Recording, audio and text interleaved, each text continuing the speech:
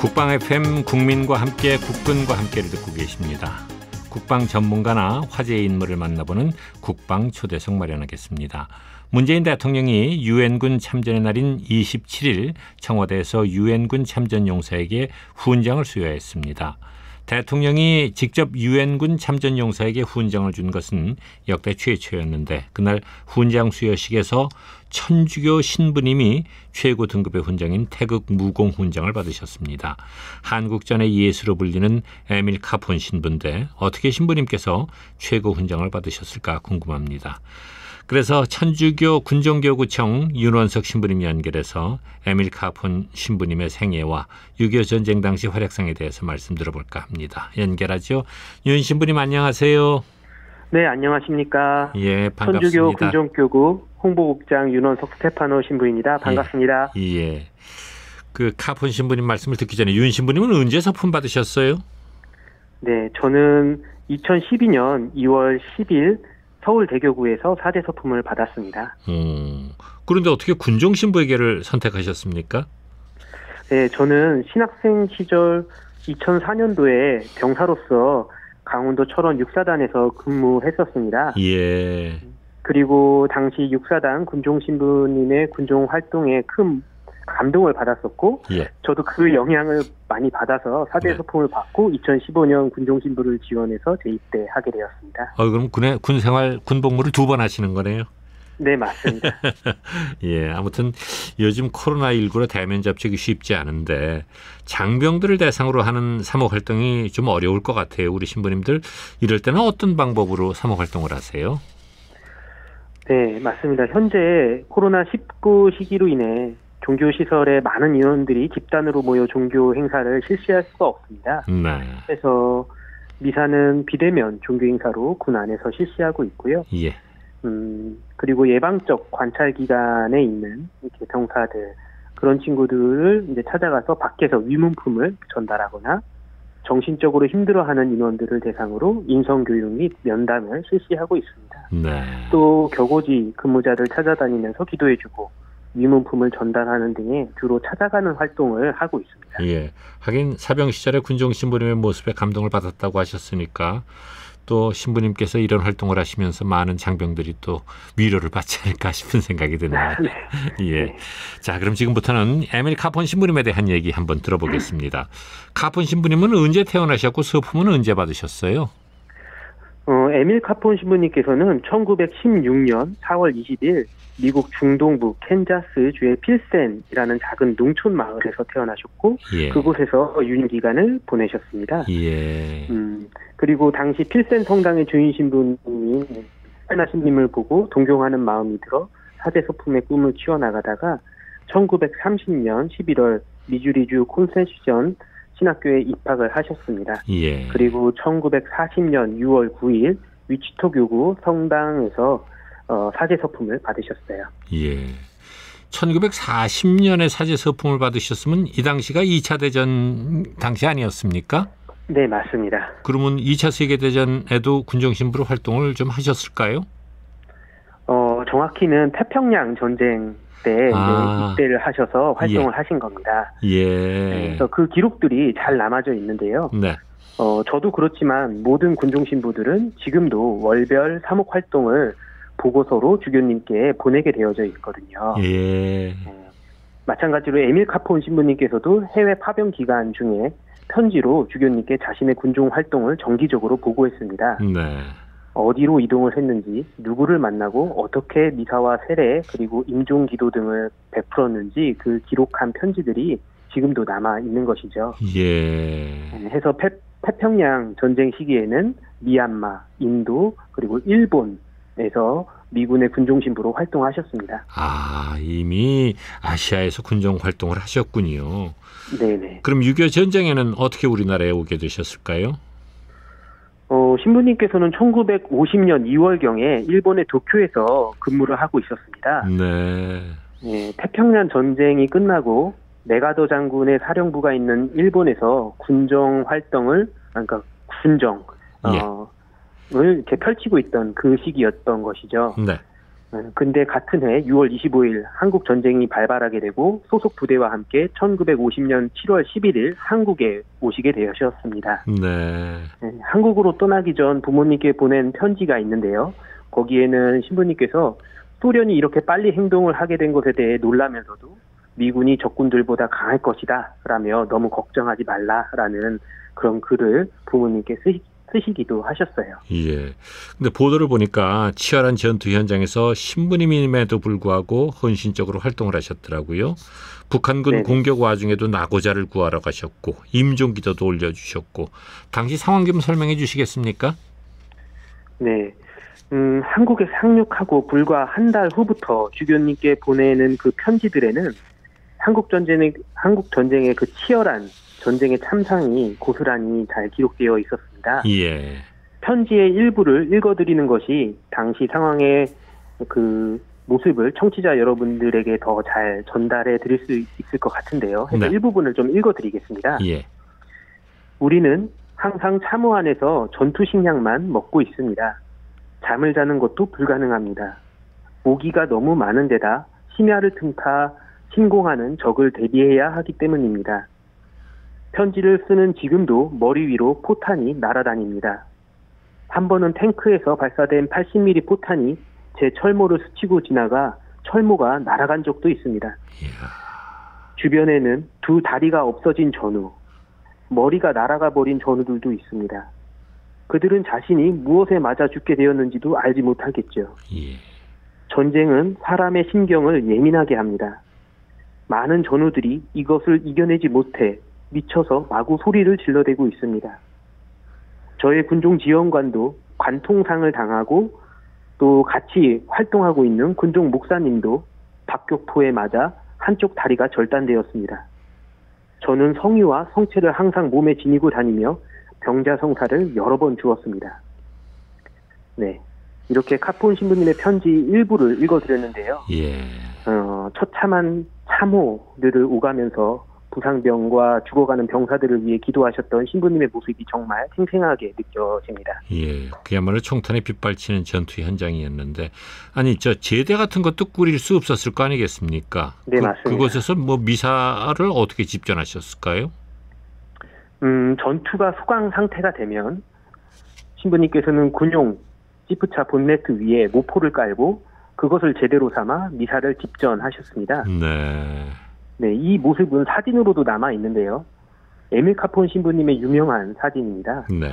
그리고 1950년 10월 4일 전세가 역전되어 경기도 안성까지 진격을 했을 당시에는 안성의 어떤 성당에서 한국인 신자들과 함께 미사를 하셨다라는 편지가 있습니다. 네.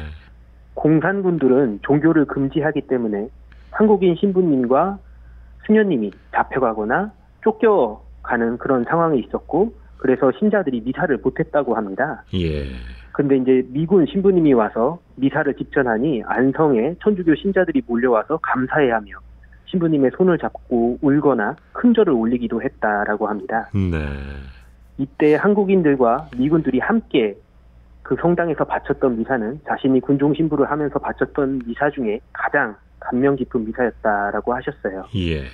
그리고 부대가 이동해야 함에 따라 안성의 그 한국 신자들과 더 함께 하지 못해 무척 아쉬웠다고 편지에 글을 남기셨습니다. 이야, 그러니까 군인뿐만 아니라 이제 천주교 신자들 일반인들까지도 네네. 이렇게 챙겨주셨는데, 근데 우리 군이 압록강까지 진격했다가 중공군의 공격으로 후퇴를 하게 되잖아요. 네네. 이 중공군이 공격해 올 때 철수 명령을 군에서 내렸는데 신부님이 거부하셔다가 포로가 되셨다고요? 네, 맞습니다. 왜 그러셨어요? 어네스트 J 리터 하사의 증언에 따르면 네. 1950년 11월 1일 미 1사단 8연대는 운산에서 중공군을 만나 전투를 할까라고 합니다. 네. 그리고 그곳에서 카폰 신부님께서는 위생병을 도와 부상병을 돌보고 있었습니다. 예. 하지만 그 증원 병력이 올 때까지 더 이상 적들의 공세를 버틸 수가 없어서 대대장 왈톤 중령이 마침내 후퇴 명령을 내렸고, 주변의 병사들이 신부님께 도망치라라고 말했지만 신부님께서는 부상병들을 손에 놓지 않고 그곳에 계속 있었다라고 합니다. 네. 그리고 곧 육박전까지 벌어지게 되었는데 그 과정에서 신부님께서 포로가 되셨습니다. 예. 또한 신부님의 보좌관 겸 운전병이었던 그 패트릭 슐러 하사도 신부님께서 포로로 붙잡혔던 상황에 대해서 이렇게 말했습니다. 카폰 신부님은 빠져나올 기회가 여러 번 있었지만 그 기회를 선택하지 않았다. 네. 사실 그분은 연대 지휘본부와 함께 그날 밤 일찍 후방으로 이동할 수 있었던 것이다. 그러나 그분은 다시 진지로 돌아가 부상병들과 함께 머물러 있었다라고 증언하고 있습니다. 예. 아니 교전 중에는 심지어 적군인 중공군까지 돌봤다고요? 네, 그렇습니다. 그 메이오 중의 회고록에 따르면 그 교전 중에 미군 쪽에 붙잡힌 중공군 장교가 있었다라고 합니다. 네. 근데 신부님께서는 그 중공군 장교도 치료해주고 간호해 주었다는 그런 이야기가 있습니다. 예, 그 뭐 아군만 돌봐준 것이 아니라 아무튼 포로 수용소에는 이제 가 계셨을 테고 거기서도 헌신적으로 병사들을 돌보셨다고 들었는데 어떤 활동을 하셨어요? 카폰 신부님은 평안북도 벽동 수용소 5캠프에 수용되셨습니다. 네. 당시 포로 수용소의 환경은 최악의 상태였는데 예. 추위와 굶주림이 포로들을 괴롭혔습니다. 예. 그리고 부상당한 이들은 제때 치료를 받지 못해 죽어 나갔습니다. 예. 이런 와중에 신부님께서는 자신의 몸도 힘들었을 텐데 헌신적으로 부상병들을 돌봐주고 그들의 옷을 대신 빨아주기도 하셨습니다. 그리고 포로들을 격려하고 기도해주며 포로들이 버틸 수 있도록 정신적 버팀목이 되어주셨습니다. 예, 이렇게 헌신적으로 병사를 돌보셨는데 포로가 되신 지 얼마 안 돼서 선종을 하셨어요. 젊은 나이셨는데 질병 때문입니까? 어떤 이유로 선종을 하셨을까요? 네, 신부님께서는 수용소 안에서 요주의 인물이었다고 합니다. 네, 미군 포로들이 신부님께 많이 의지하고 있다는 것을 당시 중공군들도 잘 알고 있었던 거죠. 예. 더군다나 포로들에 대한 사상 교화 교육이 중공군에 의해 수시로 이루어졌었는데 네. 신부님께서는 늘 공산주의의 그 유물론을 차분한 어조로 논박하셨다라고 합니다. 네. 때문에 신부님께서는 항상 포로들 가운데 최악의 그 대우를 받았었고, 예. 그러니까 제대로 앉거나 서지도 못하는 작은 독방에 자주 감금되셨습니다. 예. 결국 신부님의 다리 정맥이 심하게 상해버려서 응혈증이 생겼고 거기에 영양 부족과 폐렴까지 겹치면서 돌아가시게 되셨습니다. 그러니까 포로 수용소에서 선정을 하셨는데 유해는 어떻게 처리가 됐습니까? 사실 정확하게는 신부님께서는 포로 수용소가 아닌 그 수용소 근처 병원에서 돌아가셨습니다. 아, 예. 네, 그 메이 중위의 편지에 의하면 신부님이 병든 것을 알게 된 중공군들이 신부님을 병원으로 데려가겠다라고 했습니다. 네. 하지만 포로들은 신부님을 데려가지 못하게 저항을 했는데요. 예. 왜냐하면 그동안 수용소에서 아프다는 이유로 병원으로 끌려간 미군 장교가 60여 명이나 되었었는데 그중에 다시 수용소로 돌아왔던 인원은 4-5명 뿐이었다는 겁니다. 예. 그러니까 중공군들은 수용소 안에서 포로들을 관리하는 데 있어서 걸리적거리는 그런 인원들을 그런 식으로 없애버렸던 거죠. 예. 하지만 결국 신부님도 끌려갈 수밖에 없었고 병원에 가게 된다라는 것을 아시고는 당신이 전장에서 쓰시던 제구들과 세례를 주었던 그 인원들의 명단 이것을 메이중이에게 유품으로 주셨습니다. 예. 그렇게 신부님께서는 병원에서 선종을 하게 되셨고 미 포로들은 신부님의 시신을 수습을 할 수가 없었던 것이죠. 예. 그래서 신부님께서는 그 신부님의 그 유해는 실종이 돼버렸고 유품만이 생환한 포로들에 의해 미 군종 주교님이신 그 프랜시스 스펠만 주교님에게 전달이 되었다라고 합니다. 근데 최근에 신부님 유해를 확인했다고 들었는데 어떤 과정을 거쳐서 신부님을 확인했습니까? 네, 정말 그 기적과 같은 일이 최근에 벌어진 것입니다. 예. 네, 전쟁 후 유해 송환 절차에 의해서 많은 미국의 군인들의 그 유해가 미국으로 돌아갔고 예. 일부는 하와이주 국립 태평양 묘지 무명 용사의 묘역에 안장이 되었습니다. 네. 카폰 신부님의 유해도 그곳에 그 무명 용사로서 이렇게 묻혀 있었던 것인데 예. 사실 그 사실을 모르고 있다가 예. 70여 년이 흘러서 올해 3월 5일 미 국방부 산하 전쟁포로 실종자 확인국에서 DNA 검사 결과 또 그리고 신부님께서 그 살아생전에 엑스레이 찍었던 흉부와 그 치아 사진이 있었는데 네. 그것을 그 유골과 비교 분석해서 신부님의 유해가 맞다라고 이렇게 확인이 된 것입니다. 그럼 무명용사 묘역에 그동안 계셨군요. 네네. 네, 예. 카폰 신부님의 삶이 책으로도 출간이 됐다고요? 네, 맞습니다. 예, 어떤 내용입니까? 그 미국의 아더톤 신부님께서 군종장교 카폰의 이야기라는 이름으로 신부님에 대한 그 증언들과 또 신부님께서 붙이셨던 편지들을 모아서 책으로 발간하였습니다. 네. 이것을 1956년 당시 신학생이었던 고 정진석 추기경님께서 종군 신부 카폰이라는 제목으로 그 번역판 책을 내면서 한국에 소개되었고 최근에 다시 그 개정판이 출간이 되었습니다. 예. 카폰 신부님 출신 교구에서 지금 시복 시성을 추진 중이라고 얘기 들었는데 어떻게 진행되고 있습니까? 네, 맞습니다. 그 캔자스주 위치토 교구가 신부님의 출신 교구입니다. 네. 그래서 그 교구에서 그 신부님의 헌신을 기려 그분을 성인으로 추대하는 운동을 펼치고 있는데, 네. 사실 성인 품에 오르는 것에는 몇 가지 단계가 있거든요. 예. 네, 그중 첫 번째 단계가 하느님의 종이라는 칭호를 부여받는 것인데, 1993년 교황 요한 바오로 2세께서 카폰 신부님을 하느님의 종으로 선언해 주셨습니다. 예, 그렇군요. 아무튼 카폰 신부님의 삶은 종교를 떠나서 우리 모두에게 큰 감동을 주고 또 그분의 고귀한 삶을 잊어서는 안 될 것 같은데 카폰 신부님의 삶과 사목 활동이 우리에게 주는 교훈 무엇이라고 보시나요? 네, 전장에서 그렇게 보여주셨던 카폰 신부님의 그 희생적 사랑의 모습은 우리에게 참으로 많은 것을 느끼게 해주는 것 같습니다. 네. 신부님의 헌신적인 모습을 통해 참혹하기 그지없던 그 상황 속에 있었던 군인들은 감동을 받고 또 희망을 가지면서 버틸 수 있었던 것이죠. 네. 코로나19로 인해 오늘날 우리 사회의 모습도 마치 그 전쟁터처럼 혼란하고 고통스러운 상황에 놓여 있는 것 같습니다. 이럴 때 신부님께서 보여주신 사랑의 모습을 어려운 이웃을 위해 우리 각자가 조금씩이라도 보여준다면 이 어려운 시기를 좀 더 잘 극복해 나갈 수 있지 않을까 생각해 봅니다. 그리고 더불어서 우리 군인들에게도 네.